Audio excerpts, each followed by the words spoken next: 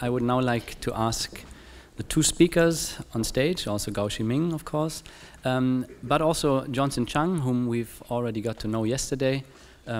Just some outlines of his importance for the Chinese art context, not only that he's the founder of Han Art TZ Gallery in Hong Kong, which has been around for something like 30 years. He's also one of the key curators in the area. He's been the curator for the Hong Kong Pavilion at the Venice Biennial. Yes, that's fine.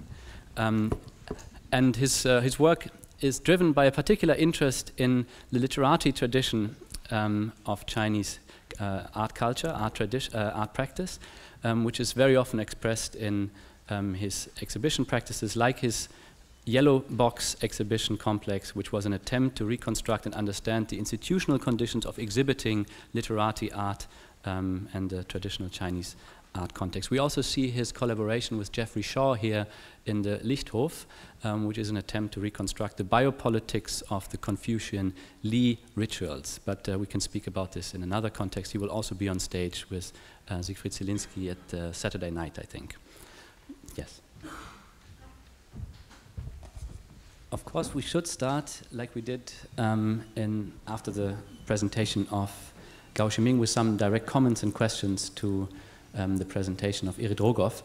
Maybe I allow myself to open up this discussion a little bit by asking a question of clarification concerning the relationship between this Deleuzian paradigm of performative knowledge, producing the conditions under which something would be relevant for the shape of our lives, in its relationship to institutional practices, yes?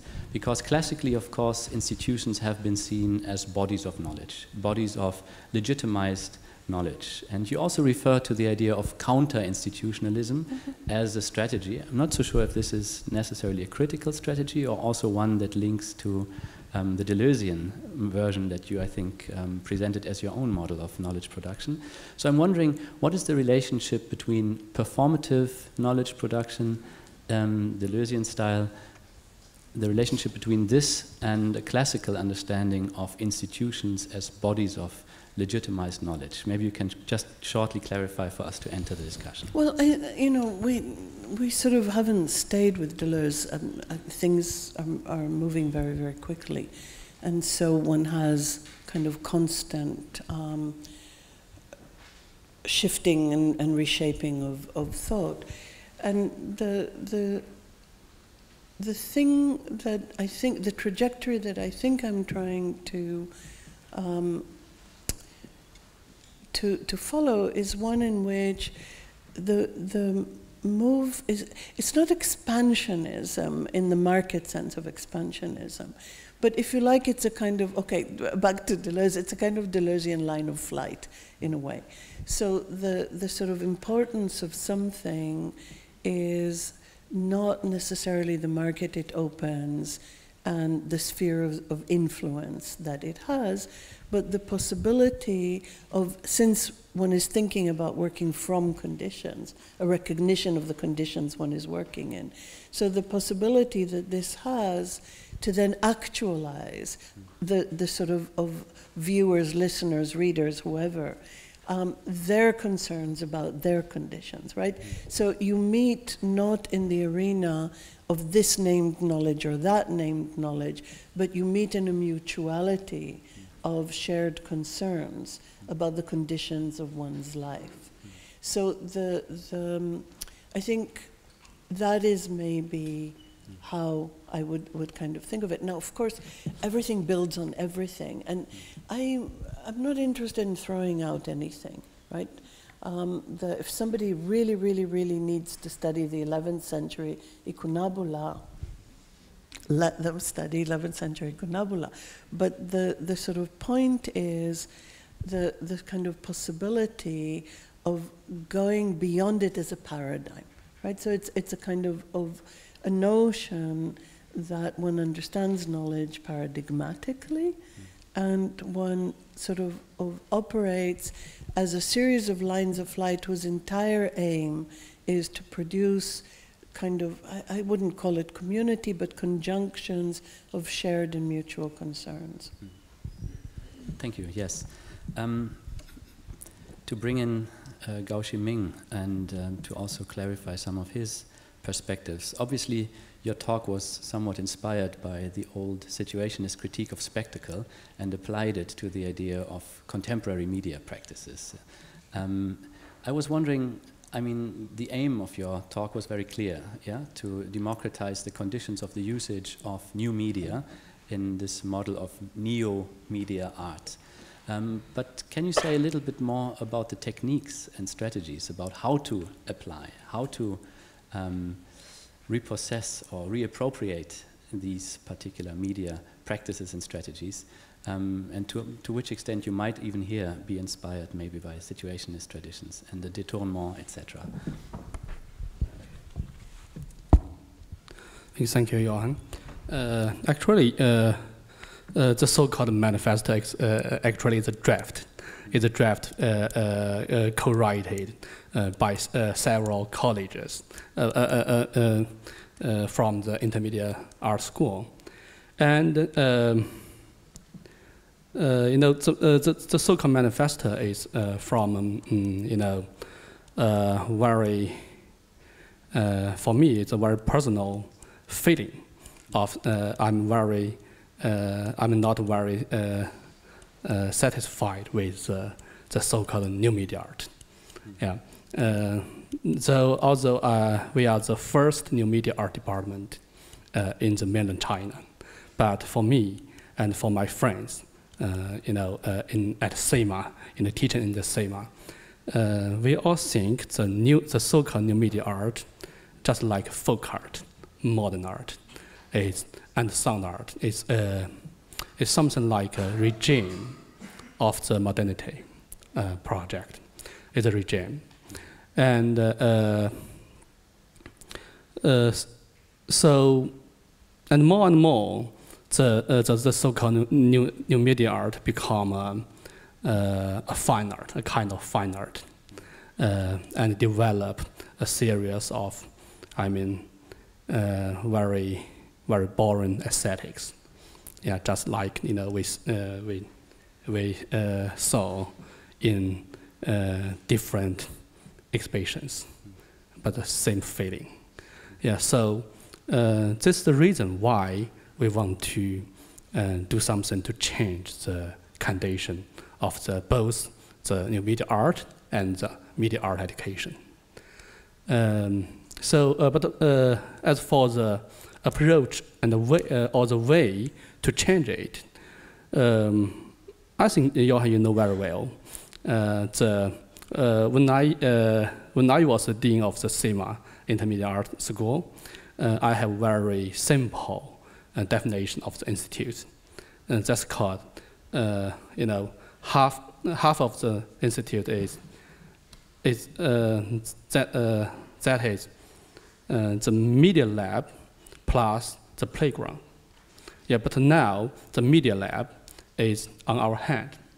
It's not only the mobile, but also, you know, a lot of, you know, the digital equipment today.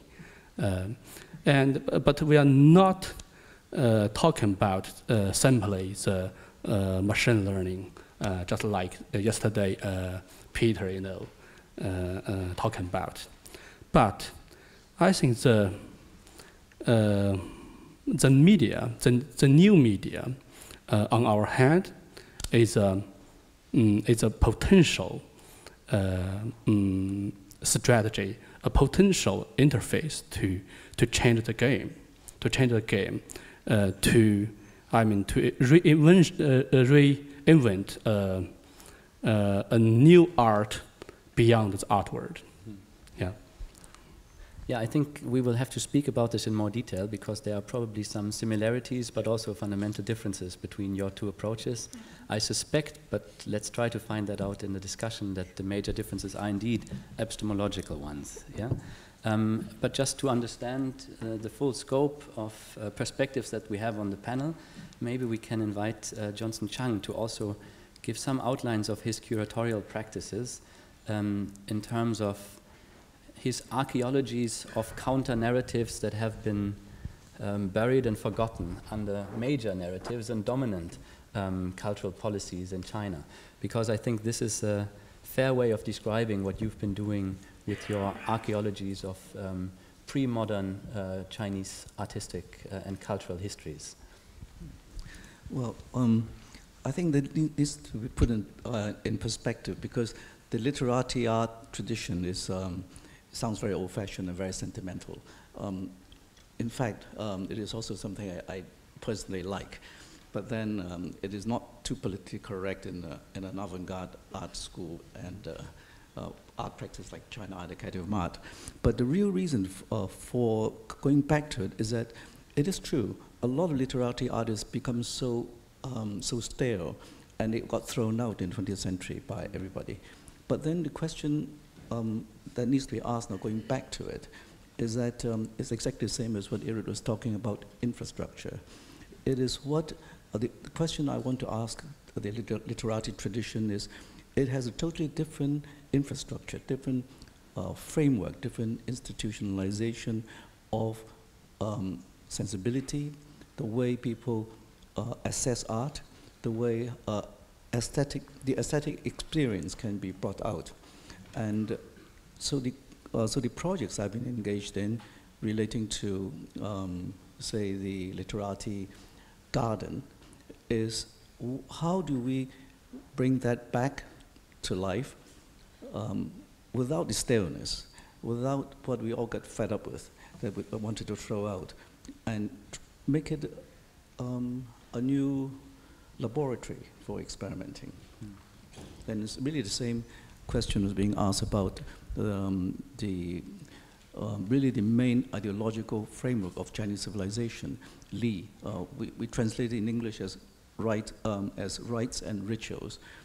But in fact, that word is a little bit more complicated, because there was a ministry of Li, but it's not really a ministry of rites and ritual, because the ministry of Li was actually in charge of education, but it was also in charge of the civil servants' public examination, and it was in charge of diplomacy, as well as being in charge of some sections dealing with law, with dispensing justice. So it is more like a ministry of ideology, as we would know it today. So that is the reason for wanting to go back to it and rethinking rethinking tradition in a more fundamental way. And in this sense, it is probably quite a good example of in how far institutions are, let's say, materialized forms of legitimate knowledge. Yes. I have another question to you, Irit Rogoff. But of course, yes.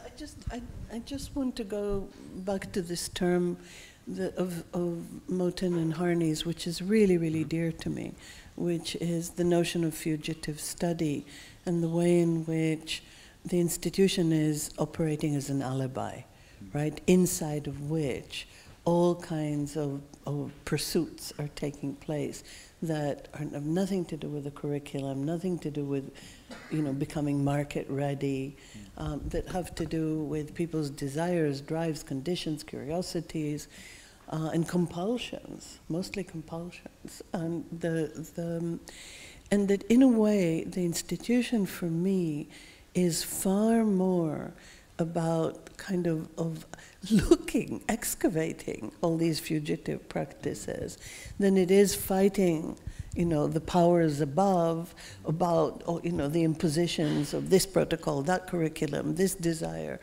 And so the sort of notion of counter-institutions is, it's a way of almost invisibly stretching, the boundaries, not to have more, but so that they in a way pop, right? You stretch something endlessly, it kind of pops. And that's the way I'm saying. Would you agree with me if I would then frame your institutional approach as an attempt to unground and dismantle institutional narratives in light of these, let's say, various and idiosyncratic motives, compulsions, affects that are actually underlying or implicitly present in institutional practices of knowledge production to diversify knowledge, yes, and to diversify the potentials and possibilities of the production of knowledge.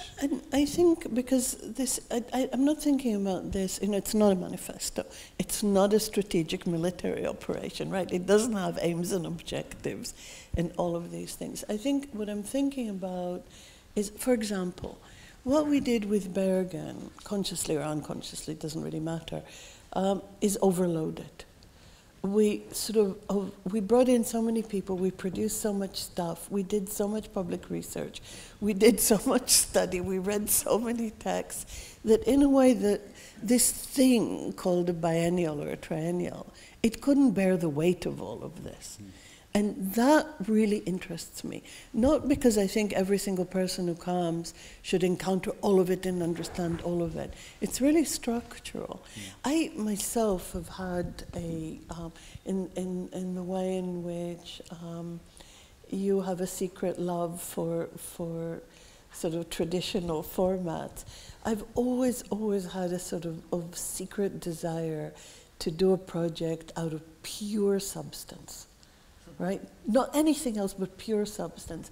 To put so much substance into something that it explodes the vessel which holds it. And I think that thinking around institutions cannot be agonistic thinking. It has to do all of these, it has to perform all of these things. Do you guys know Hiva K? Do you know the work of Hiva K? Hiva K is an artist from Kurdistan who lifelong desire was to attend the Art Academy of Mainz. Don't ask me why. And he eventually traded, he couldn't because of nationality. He traded identities with a young German man, and under the German man's identity he attended the Art Academy of Mainz. Once he got into it, he never attended a single class or went into a single studio. Instead, he set up a teaching practice in the academy. He taught the custodian how to play the guitar, the students how to cook Kurdistani food. He was running like 15 different classes all the time within the framework. So the sort of the desire, for study is not the desire to be instructed, right? It's to have an arena in which you can act. You can become an actor within certain kinds of frameworks in proximity to certain kind of knowledges. But proximity to knowledges is not the subjugation of the self to that knowledge. It's something different. I'm still trying to grasp the generally somewhat anti-institutional tone of this panel, which is paradoxical because we're asking what are the potentials for art schools, and art institutions to produce the kind of knowledge, the kind of life forms, the kind of products that they are producing. And now we have more or less anti-institutional gestures here on many levels, even in the talk of Gao Shiming, I think. Yes, which is paradoxical because, as I introduced him, he's the vice president of one of the two most important art schools in China, one of the most populated countries on this planet. And I had an interesting conversation with Gao Shiming some time ago where he distinguished himself from a good colleague of his by saying, this colleague of his is an activist writer, he's a leftist. I'm not a leftist, he said, I'm a socialist. And by that he meant, I'm an organizer of institutional contexts, yes? And now we hear this manifesto, and he basically says it's about dismantling the idea of the public, of public property. It's about dismantling the idea of service to the economic sector by opening up a space of the commons within which, let's say, the reappropriation of media and media strategies and art practices for everyday life practices of, you call them the people, would be the very center. This is probably not the official objective and aim of your school. So how do you combine these two things? Thank you, Johan. You know very well about me. Actually, the manifesto is a way to emancipate for myself. Yeah, because I have 10 meetings each day. Yeah, it's horrible work. But as you know, I think we should transform the institute, I mean the academy, as not as an institute but a project. The project is something about projection and perspective. So I use a method of manifesto. It's very old-fashioned today, because I want to revive some passion, some like you, some desire to change the world.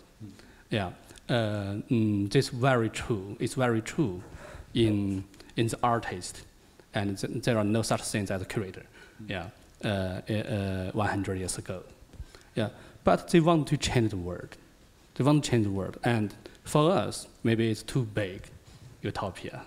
We only have minimal utopia as educator, so we can only change ourselves, change our life. Yeah, maybe use a way of the hacking.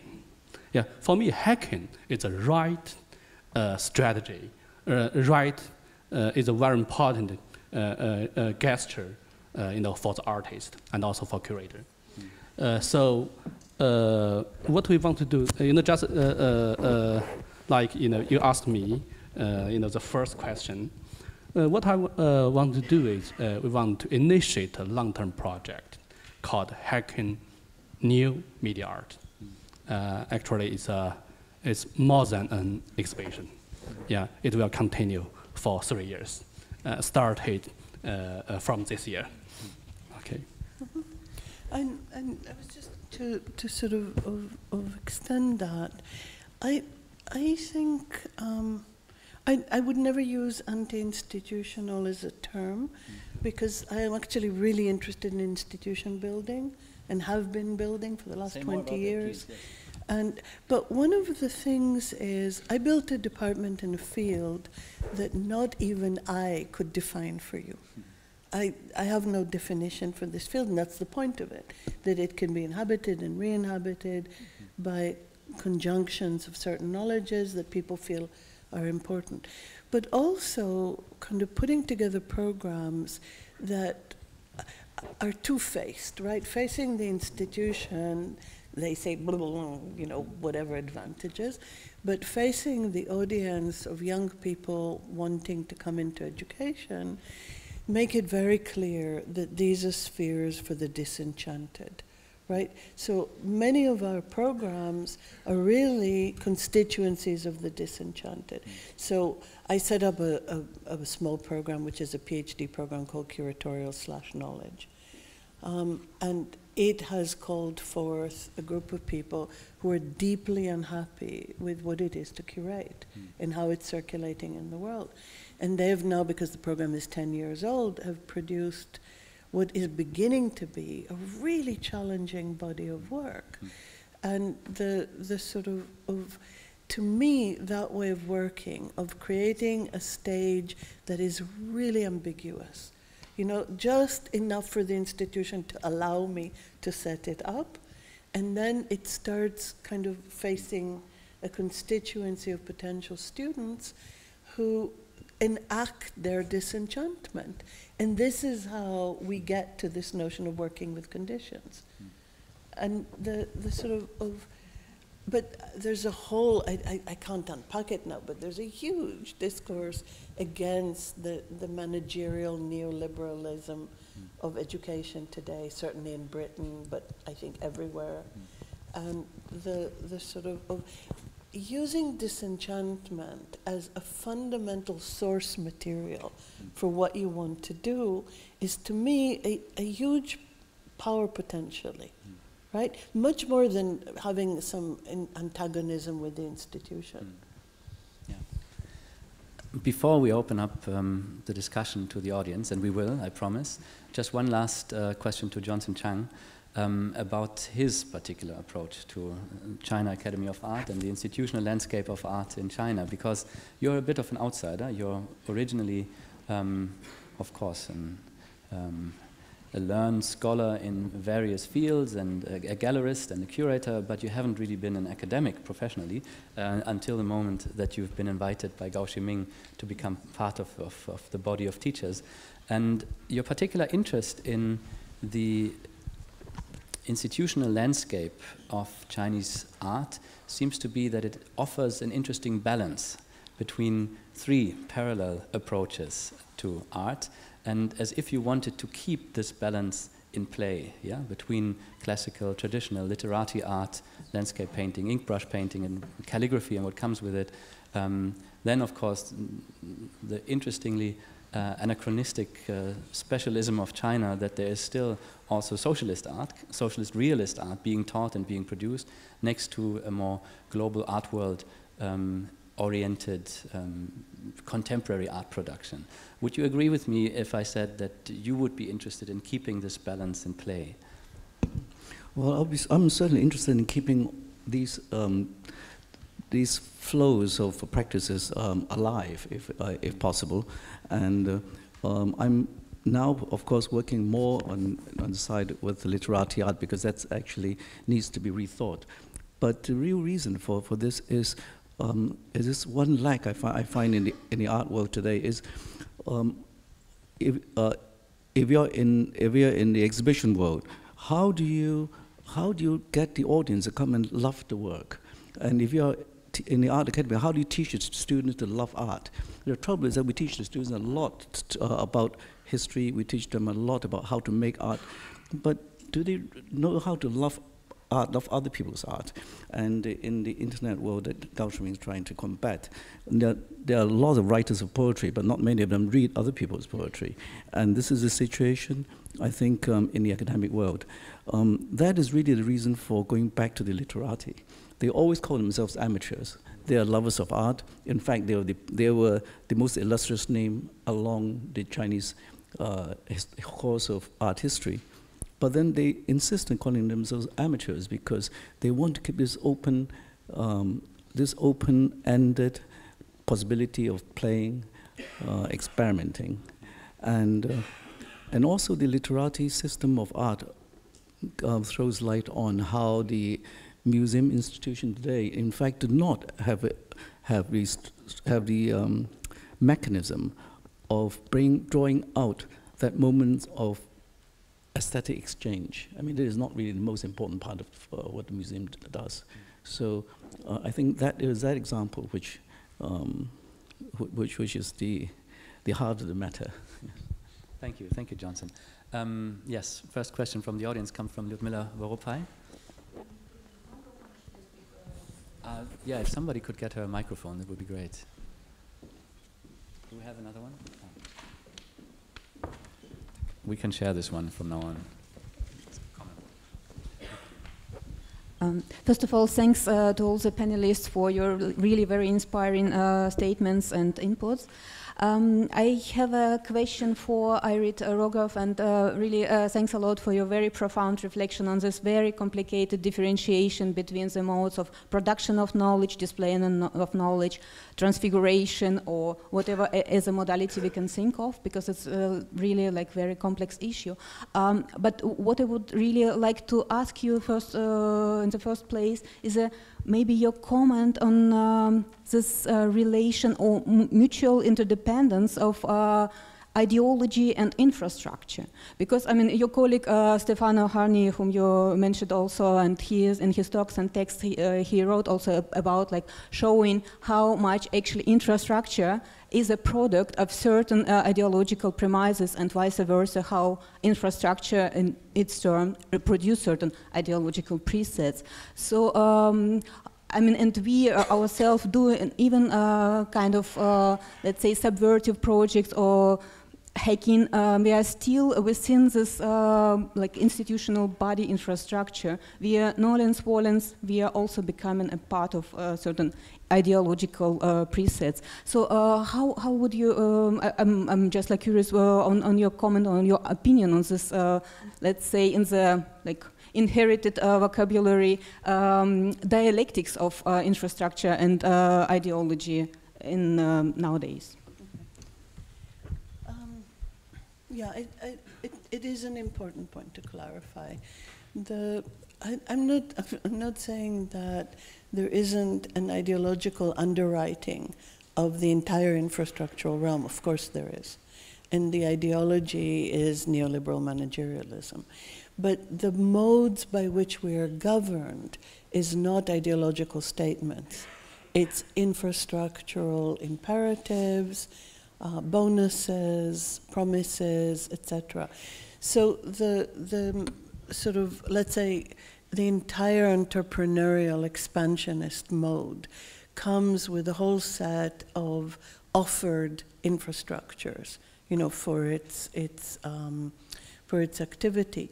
Or there's something in British universities, I hope you don't have it here, but maybe you do already, or you will very soon, which is called good practice.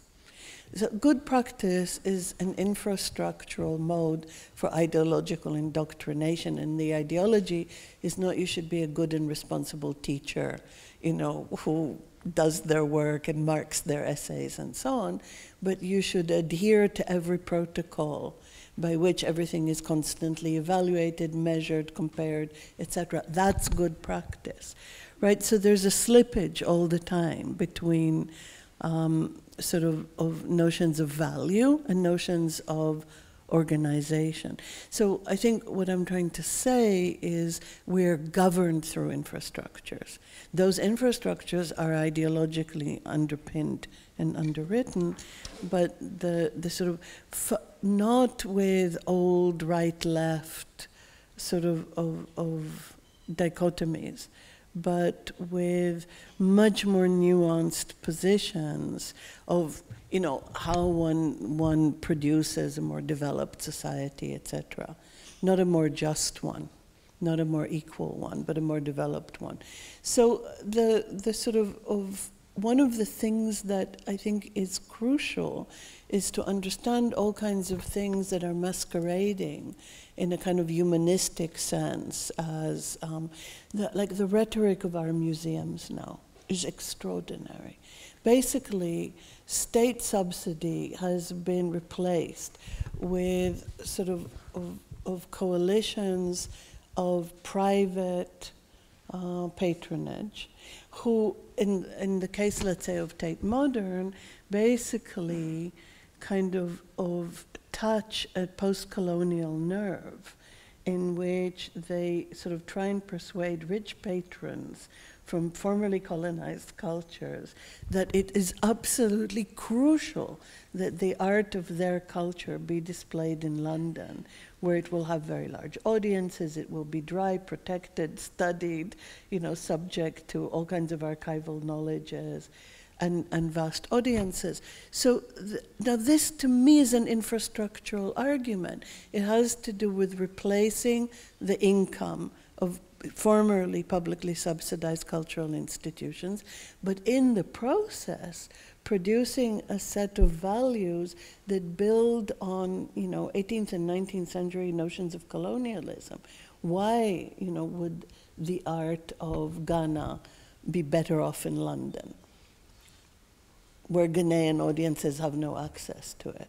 Or why would it be such a feather in anybody's cap that, you know, some artist is displayed in a Western museum? So these are, for me, infrastructural questions. Further questions? Yes, Anya Dawn and then Jason King.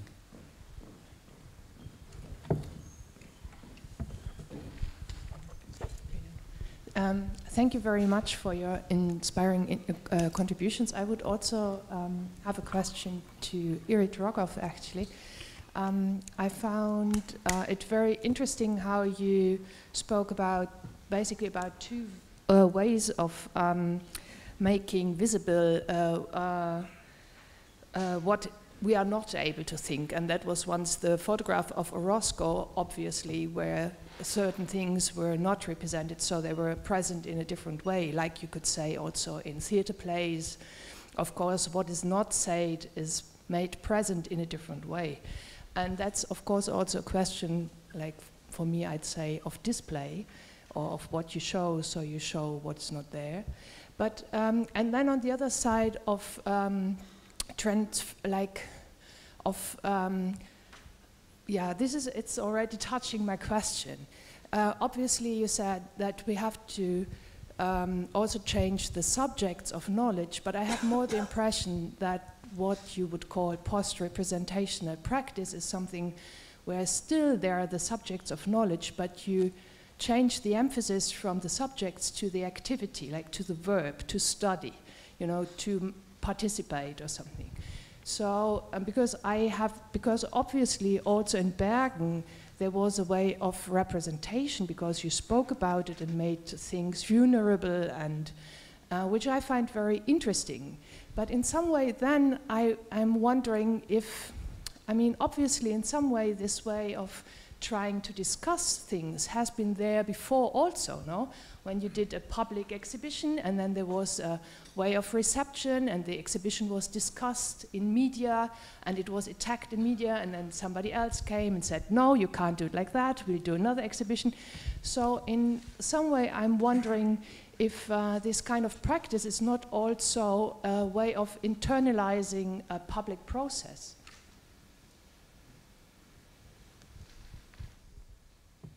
I'm not sure I understand.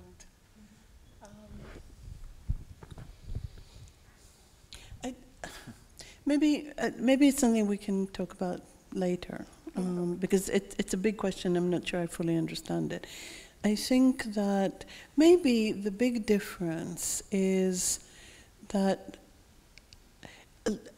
anything like this project, which is several years in the making, lots and lots of money, lots and lots of work, ever-growing number of participants, and so on.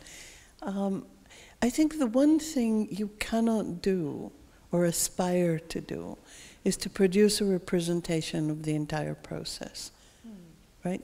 Because the sort of, what you want are for people to get a sense of a process and join it, rather than produce a perfect documentation of everything that happened and everything that went into it, and so on. So the sort of, and that for me is where the anti-representational begins. It's not a precise account of something. You make a proposal, you make a gesture. It's very clear for me that there was a lot of stuff going on there. We did lots of stuff, we made lots of stuff. But really the most important thing we did was this city seminar, which met every 6 weeks for 2.5 years. And when we left Bergen, there were about 200 people who were really, really immersed in a very wide discussion of infrastructure.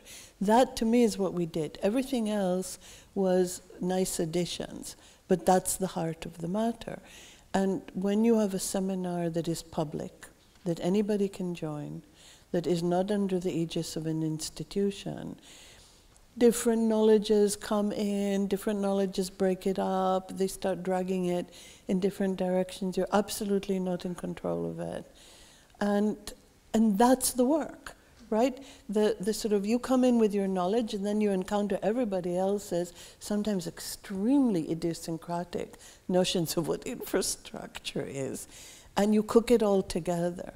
And that's the process. And that's not representable, nor should it be. I think we have time for one last question, and now I actually see two in the same line, so if I were pointing into that direction, you wouldn't know whom I'm referring to. Maybe we take both at the same time, and then we have them answered in one round. I actually have a very practical question to Gao Shiming about the manifesto.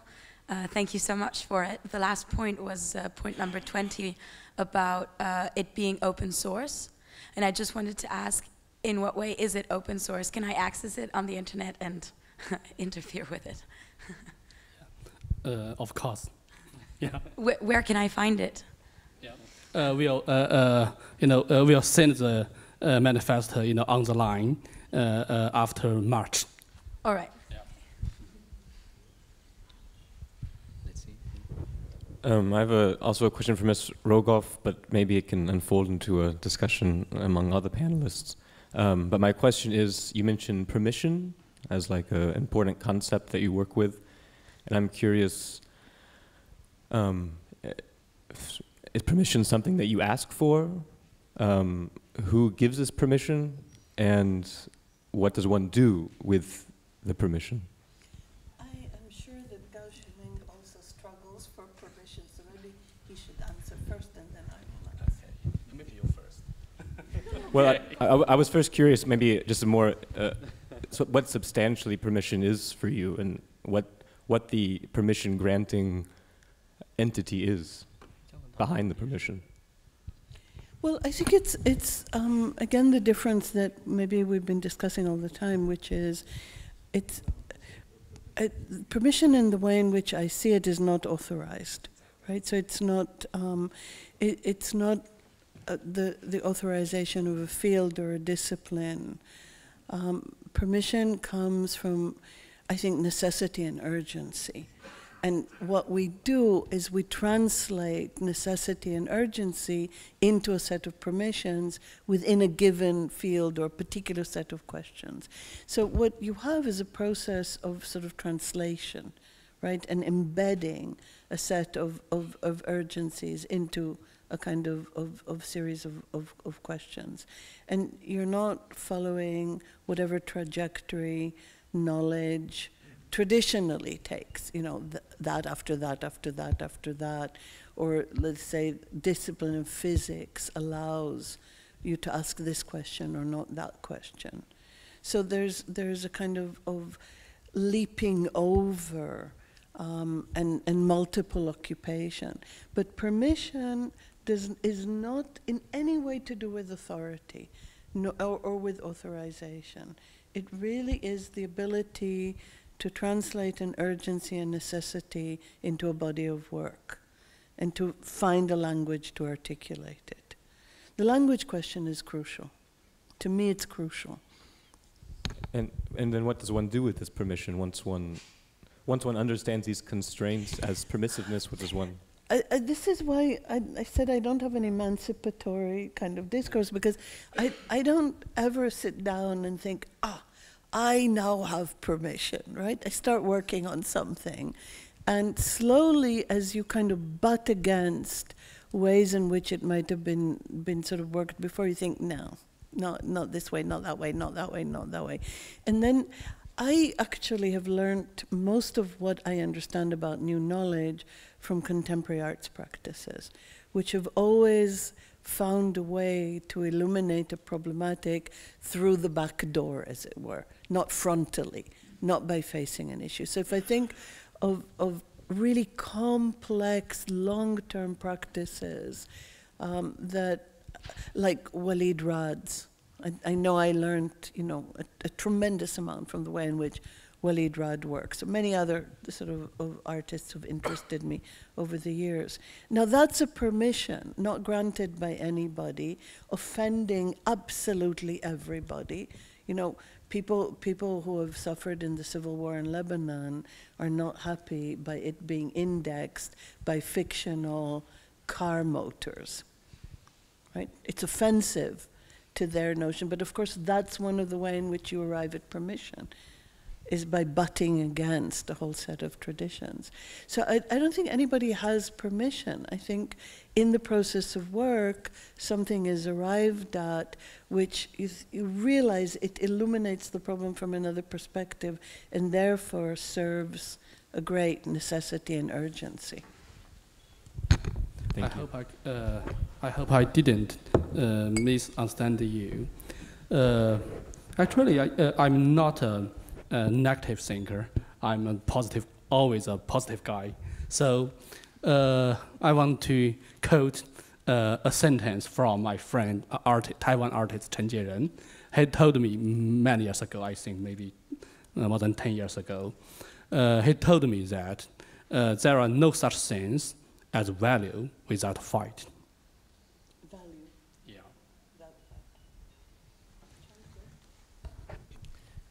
Yes, how can I put this? We have discussed in questions the ways in which there are legitimate forms of frameworks, permissions, and also boundaries to the logics of knowledge production. So all these authoritative dimensions of institutionalized creativity have been part of our discussion. I now have to say thank you very much. And thank you all for joining the discussion. We're going for lunch, and thank you to the three panelists. Thank you, Johan. Thanks a lot to Irit, Shiming, Johan and Johnson. We definitely will pick up. We are not at the end of our discussion, we just started. So I'm absolutely sure that some of the main subjects, anti-institutionalism and all that stuff will come back again in our discussion. I just, perhaps one remark, I would like to take you for lunch. I have still the image of Shiming in my head, of the 65,000 students in front of the academy in Hangzhou.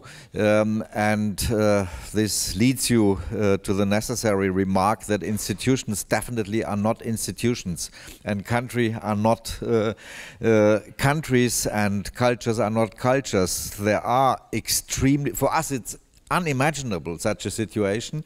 We are here in Karlsruhe with 400 students inside of our academy, and another 300, 400 applying for being allowed here. Studying is free, more or less. Completely different situation. This institution has completely different function than your institution and perhaps the Goldsmith College in London. This should help us perhaps to think further.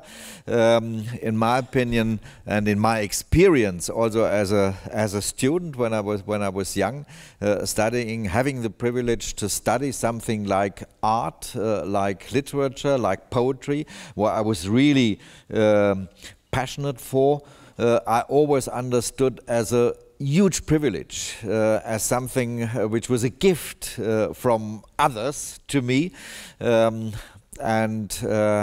perhaps this kind of ambivalence of an institution which can offer a gift for people, for example, the gift to be protected also in time, is something which will come up later in our discussion. Thank you very much. We have lunch now for the participants, and we try to proceed 2:30 with the next session. The lunch, I think, will be, Daniel, outside. Ali, it's just you go down the stairs and then you can. Okay, you can't miss it. It will be prepared for us. Thank you very much again.